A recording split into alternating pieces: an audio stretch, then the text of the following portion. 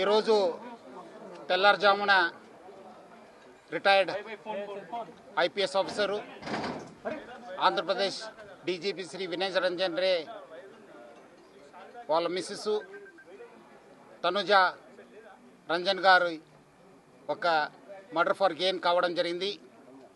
ఈ ఆఫెన్సు తెల్లారుజామున 2 గంటల ఆయిందని చెప్పి మనం అందాజు చేయడం జరుగుతుంది దొరికిన ఆధారాలపైన. ఇది ఒక నేపాలీ గ్యాంగ్ పనిచేసిందని చెప్పి మనము ప్రాథమిక అంచనా తెలియడం జరిగింది. కొన్ని క్లూస్ దొరకడం జరిగింది. ఆ క్లూస్ ఆధారపైన పోలీస్ టీమ్స్ కూడా వర్కౌట్ కావడం జరుగుతుంది. సో ముఖ్యంగా ప్రజలందరూ కూడా కోరుతున్నాను, మీరందరూ కూడా మీ ఇంట్లో మనం చాలా గత ఒక 2 నెలల నుంచి ప్రజలందరూ కూడా అప్రమత్తం చేస్తున్నాం. ఈ నేపాలీ గ్యాంగ్స్ వల్ల అప్రమత్తం ఉండండి అని చెప్పి మన దగ్గర కాకుండా బెంగళూరు, బాంబే, పుణె దేశవ్యాప్తంగా చాలా చోట్ల కూడా ఈ ఒక నేపాలీ గ్యాంగు ప్రాపర్టీ ఆఫెన్స్ చేయడం జరుగుతుంది. ఇంట్లో ఎవరు లేనప్పుడు లేదంటే ఏదో ఫంక్షన్ వెళ్ళినప్పుడు ఇలాంటి నేరాలకి పాల్పడుతున్నారు. ఇక్కడిక్కడ మన రిటైర్డ్ డీజీ గారు బయటికి వెళ్ళినప్పుడు వేరే ఊరికి వెళ్ళినప్పుడు ఈ ఒక ఆఫెన్స్ జరగడం జరిగింది.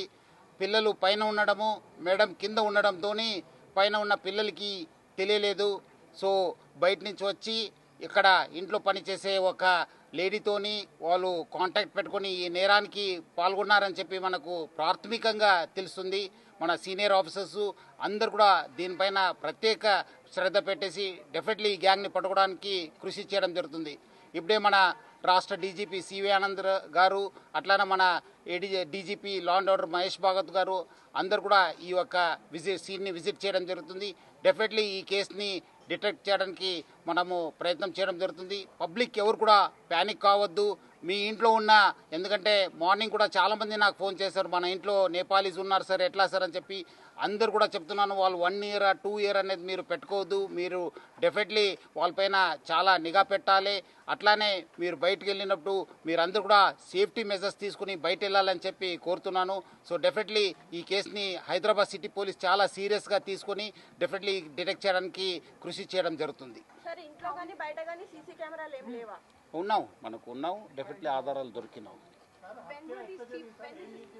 అంటే వాళ్ళు మేడంని చేయి కట్టేసి నోట్లో గుడ్డ పెట్టేసి పెట్టడం జరిగింది. యూజువలీ అది ఒక మోడస్ ఆపరండి. ఇక్కడ అన్ఫార్చునేట్లీ మేడము ఆ ఒక సఫోకేషన్ వల్ల చనిపోవడం జరిగింది. ఆల్మోస్ట్ 1 ఇయర్ నుంచి అయింది. సో వాళ్ళ మదర్ కోసం, ఇక్కడ సార్ వాళ్ళ మదర్ కోసం ఆమె రావడం జరిగింది. తర్వాత మదరు చనిపోయిన తర్వాత మళ్ళీ ఆమె కంటిన్యూ కావడం జరుగుతుంది. అందుకు నేను ప్రజలందరూ కూడా మనం ఇంటికి వెళ్ళి ప్రచారం చేయడం జరుగుతుంది.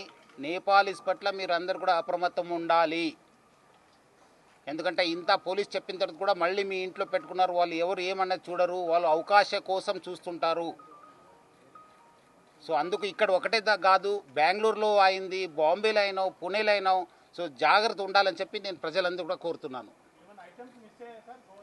డెఫినెట్లీ మిస్ అయినాం. దాన్ని మనము ఎంత పోయింది, ఏం పోయిందని చెప్పి అంచనా చేయడం జరుగుతుంది.